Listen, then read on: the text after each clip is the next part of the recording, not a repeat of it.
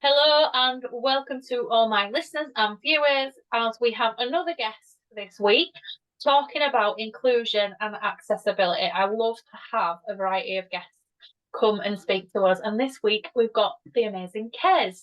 So Kez, do you want to introduce yourself to everybody, what you do, why you do it? And she's actually got two things that she does, so if you'd like to tell us a bit about both. Hi, so my name's Kez, and I am and have been for 5 years now a body shop at home consultant, and for the last 3 years probably an accessibility, inclusion, disability Specialist? Yeah. advocate. I don't really know what my title is. Maybe that's something you need to get clear on. I kick ass at people that don't listen about accessibility. You do, you definitely do. And I'm loving seeing you put that out into the world now. She's definitely got a fire in her belly about it, which doesn't come without its challenges, does it? You've had some recent challenges, haven't you? We've had the lovely trolls come out. We decided that instead of coming out quietly, as a lot of groups do, the disability interest group of Salisbury were going to go boom and come into the community and start raising £15,000 for a wheelchair accessible swing.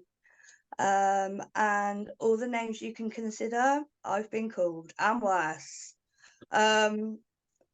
But yeah, I'm not going away. That's what they want. I'm not Yeah, going we're not away. going to give them what they want. We're going to fight back even more. We had this Exactly. conversation, didn't we? Because like it's such an amazing thing that you do it, and like raising £15,000 for one swing, by the way, for those that are listening, for a park, so that a child in a wheelchair can access the park and use it just like any other child could, which I think is amazing. And there's nobody out there that I've met that is campaigning for these sort of things. And I truly believe that once Kez accesses this in her local area and people see the impact of it, it will have an impact further out into the world. So let's get into inclusion and accessibility. So with this that you started, what was the reason that you started? So let's go in a bit into your story. Why was it that you got into this? So I had a spinal op back in 2003. No, 2013. I'm putting years on this now. So about 10 years ago, and it went horrifically wrong. I've got one screw that went through my sciatic nerve, so I live with sciatica 24/7. And I've got the other one digging into my spinal column, waiting to paralyse me. And I joined Body Shop because I was just fed up with why me. Yeah, Everyone that goes through an illness, a disability, something that has a big impact on their life will always sit there and go, why me? Even if yeah, it's only for a minute, we all question that. And I'd had enough of that. And it was like Body Shop was the thing that made me fight my anxiety. My biggest anxiety cause was stepping over the front step. It wasn't the steps before that, it wasn't the steps after that. It was just that initial stepping over the first step, or wheeling out in my wheelchair was even worse because I hated being seen in a wheelchair. Because mm, at the time, I very much believed that put me on a lower level than everybody else. yeah, Um, and I kept doing Body Shop. I absolutely love Body Shop. I absolutely love what it's done for me. I love what it does for other people. Um, But we went through COVID and the government came out and went, we are taking away day centres. Now, I'm really sorry. If you are somebody who relies on day centres, the chances are they are the only people you see in a day, a week, a month, whatever, however often that day centre is how often you will see people. yeah. So who do the government think they are to take more away from the elderly, from disabled people, from those that are most vulnerable? It's true, isn't it? It really It's like, is. excuse the way I put this, Baby P got in the newspaper for all the right reasons. Mm, But what about the government abusing disabled people? What about the government abusing elderly people? It's not very often you see any of us in the paper making news or kicking off or doing what the campaigners for Baby P did. Yeah. And this is where you come in, isn't it? Yeah, I'd had enough. Yeah. My dad has always told me I've got a big gob. And sometimes that's a useful thing.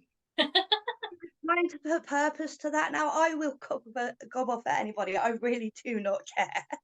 And sometimes over the most mundane things. Yeah. But for me, I did 2 years on my own of meeting with the council, getting them to understand, meeting with councillors to get them to understand more about the residents that they were representing, basically. Yeah. And during those, I think I did 12 in the end. One councillor told me that it was all great, but disabled people would have to wait. One councillor used the drop curb for its purpose and ended up tipping me out the wheelchair because the curb was too high. And another one decided to tell me that I didn't have PTSD because I could sit there and hold a conversation. No, And that that was the biggest fire in my belly. The first councillor that turned around and told me disabled people would have to wait. I'm not being funny. 2010, we had the Disability and Equality Act written. That was written to protect disabled people. Now, if this act was doing what it was supposed to be doing, why am I now doing what I'm doing? that's it, And isn't it? It all comes down to the government wrote this act. Campaigners have constantly said disabled people are undermined by the government every day. And hell yes, we are. Now, my doctor has signed a bit of paper to say that I cannot go out and get a 9 to 5. But nobody will sign the bit of paper to say that I can't work 18 hours a day, running my own business, campaigning the ass off of everything, and proving a point. Yeah. How does that work out right? Because they're not giving these opportunities to people with disability, are they? And it is something that, as you know, Be quiet and hide away and just yeah. keep in our little cocoons and do what we've done for years. And it's true because that is the impact, the result of the unfortunate situation that we are in, which has only got worse with the impact of COVID. And I've seen that, like my own family has been affected, and it is something that I am majorly passionate about. And there is a project coming in future around that, but I'm going to keep it secret for the moment. But Kez does know about it, and it's a shame to see that everything isn't accessible to everybody, and No. and it's not having the impact and inclusion that we want. So with your mission to help other disabled people, and it's a variety, isn't it? Because you don't just think about your own situation, you think about other people's as well, which is amazing. So the impact that you want to have, what would you say as, because I think we all can take steps to make a difference. We can all do small things that lead to a greater impact. So obviously I'm a business owner, you're a business owner. A lot of people listening might be business owners, or maybe they're not. But even if you're not, we can still do things in our day-to-day life that are going to make disabled people feel included and feel like they have access to stuff that they should have access to. So what are some examples of things that we can do every day or in life or as business owners that can create accessibility? Right, this is really stupid. And Dani, you know me, I like to keep things as simple as they can. Yeah. Look where you're walking. Go on, why what makes you say that? Pavements. Unless you live on a brand new estate, pavements are going to be dipped. There's going to be holes in them. There's going to be curbs that are too high to get a wheelchair up. And forget a wheelchair, right? 90-year-old Doris, she lives in my head. And right, I've used 90-year-old Doris since the day I started campaigning because I found that councillors understood 90-year-old Doris better than they understood 30-whatever-year-old Kez. Yeah. So 90-year-old Doris lives in my head. Now you think about 90-year-old Doris dottering around on a walker or a Zimmer frame or whatever. and she tries to get up that curb, but her arms won't let her lift it high enough to get up that curb. She's going flat on her face. I'm not going to put it any more bluntly. She's going flat on her face. Yeah. So literally just look where you walk. If there's a curb that's too high, if there's a pavement that's broken, if tree roots have broken through pavements, report it to your local council. They have a duty of care to repair it. Yeah. And also, And if if we see you, someone struggling, can we help? Can we physically? I feel like people don't help enough these days. no, but that's because people like me stand there and go, I'm too independent for my own good. That's true. My husband does the same thing. I'm not, I do it. It's like I'll be sat in my wheelchair and some 6-foot bloke could come along while I'm shopping and be like, can I reach that, love? No, it's fine. I can do it myself. And then I'm like, actually, I really can. But it's good to try first. Well, Try. exactly. We don't get anywhere without trying, do we? In anything in life. But Exactly. it's true. That is such a simple one, and I love that, because how many times do we leave the house and do we see something like that, but we never take notice because maybe it doesn't affect us, but it will affect someone in a wheelchair, someone with a walker, someone with a crutch. The amount of times my husband's got his crutch on things because of an uneven path, or we have to avoid walking in certain places. Do you want to know the impact of an uneven path? Blindfold yourself and go for a walk. Oh, I'm That having is to put my glasses on, never mind blindfolded. but that is how you will tell the impact of Yeah.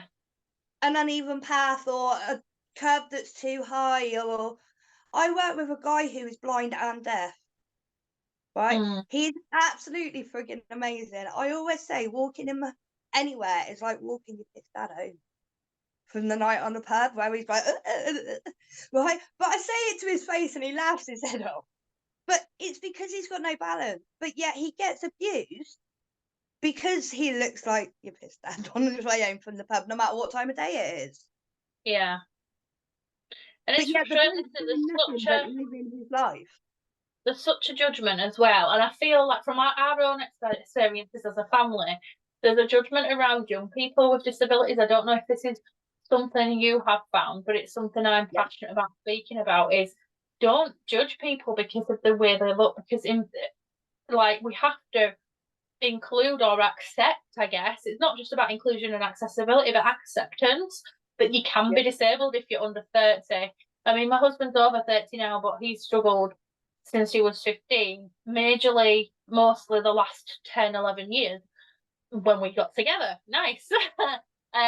But we've had judgment from like older men in particular getting off the bus because he's a bit slower or his knee dislocates, or they look at him and he looks normal, whatever normal is, because normal doesn't exist, but because he looks okay, but then he's got the sticks, people think he's taking the piss. And he's not taking the piss. He just struggles getting on and off. It's that sitting down to standing position. It triggers his knee to lock, to dislocate.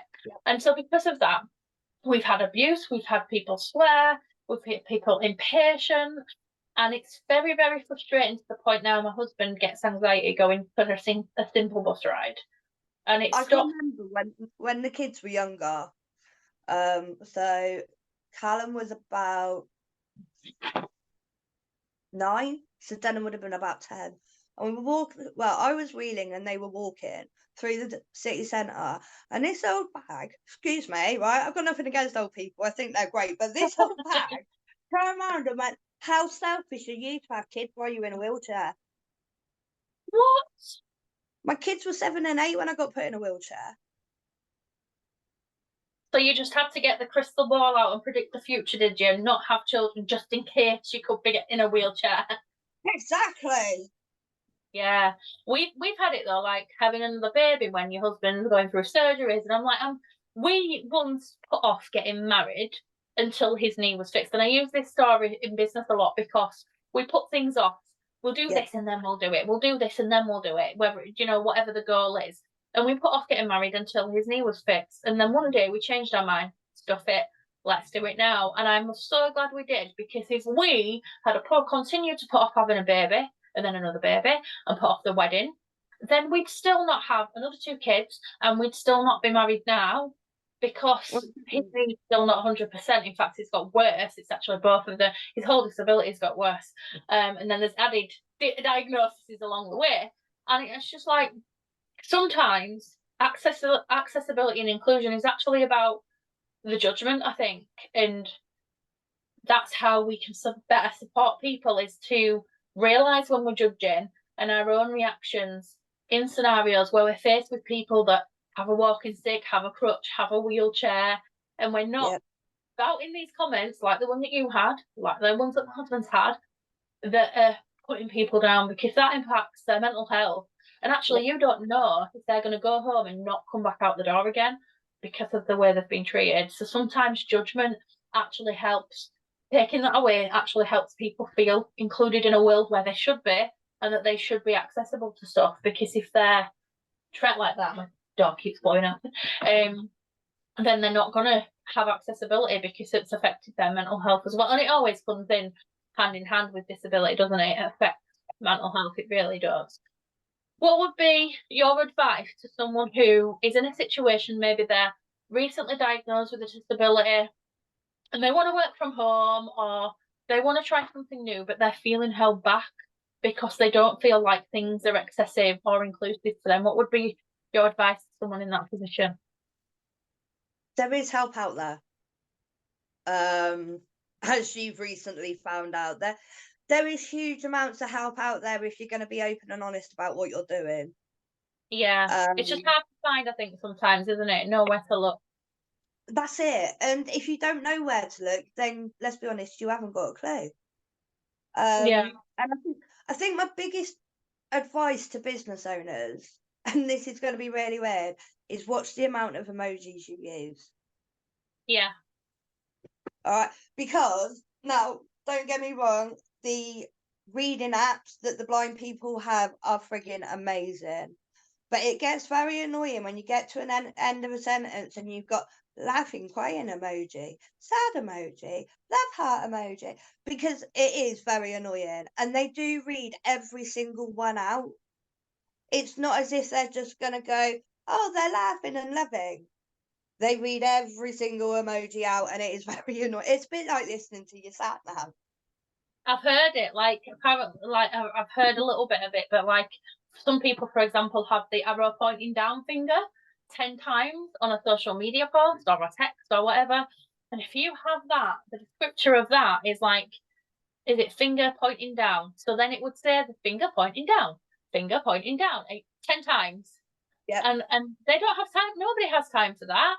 And it's not like me and you where we're making it sound like amusing. It is the most mundane thing you have ever heard.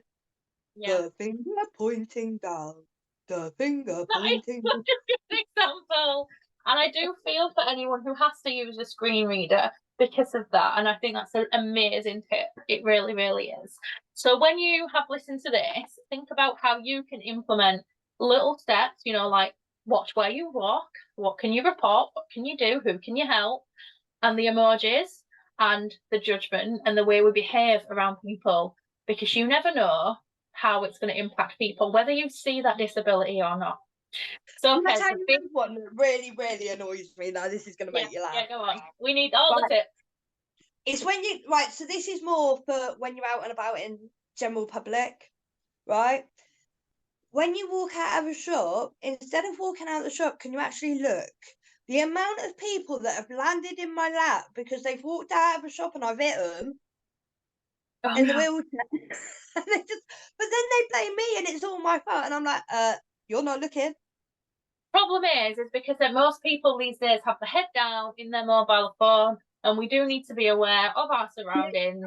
They're the ones that I aim for. I've got to be honest. When I see the teenagers with the heads, I will just. Maybe you should not have just admitted that on an interview. There were no teenagers harmed in the making of this episode. No, none in my house at the moment. Oh, that's so funny. So the big question, Kez, thank you so much for joining us today. The big question that I asked all my guests: what would be your best tip for being organised within your business? Time planning. Yeah. Do you time plan? I do after 6-7 days working with Heather and you and Lisa to try and get my time planning sorted. Yeah, yeah, because we're always doing it. And there's Freddie in the mix as well, so it's making sure that I spend time with him and I do my work and I do Yeah, digs and I do body shop, and it's just like sometimes I just didn't know whether I was coming or going yeah. So because you sat down, didn't you, and you did a massive timesheet between everything that you. It was amazing, like organisation goals, and this is coming from the queen of business organisation. I It was marvelous. it's even on my wall. Yeah, so for those who are listening, she's just shown us it's all colour coded on her wall, and I have mine on my wall as well. And it makes such a difference to the colour code, everything. So, like, for those of you who don't know, Kez, Freddie is her grandson, so she has time with him. For him, she has time with Diggs, the disability support group that she's arranged, and then her body shop business. So you do all these things and you split your time. And for me, it's like working on my mind and my body, having time with my family, having time on my business. And then I have to say crafting because I love that and I do so many different things. Before I started time planning, I worked 7 days a week. Yeah. And how much do you work now? 5.5, maybe 6 at a push. And it feels so much better, doesn't it? Because so my work hours are 4 days. I have Wednesdays off, and I don't say religiously because if I feel like I want to work, I will work. And occasionally, I have Wednesday off because that's my Friday day. is it? So for me, it's because it's midweek, and I feel my energy is really high on a Monday, then it dips by Wednesday, so I have that time for myself, and then come back into it. So then Thursday is like the new Monday again. And I love working with my energy like that. And I'm hugely passionate about working alongside your energy, not against it. And I know it's not possible for everybody because of like employed work, caring roles, anything that you've got commitments to. But time blocking, so time blocking doesn't work for everyone. And I've shared this recently on social media, but find a way that does work for you. That's what I'd say. So for me, it was blocking out those things that I had to do. So it was blocking out a Wednesday because I have Freddie. Yeah. It was blocking out this time because this is what I do. So blocking out the important things that happen. Like most people do a weekly. Mine works on a fortnightly schedule because I do a disability club once a fortnight. Yeah, and that works best for you. This is the exact thing I'm talking about. That's how we need to do it because there's always these cookie cutter, do this time for this time, and that's how every hour's time blocks. That's not what it looks like. It looks like set days or set every 2 weeks. And like you say, which is amazing, and I love that.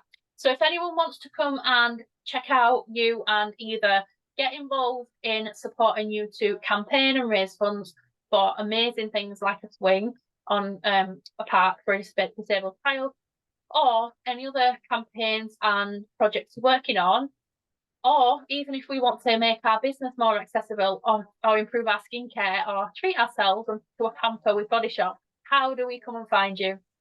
Right, so Body Shop is simple. It is hassle-free skincare.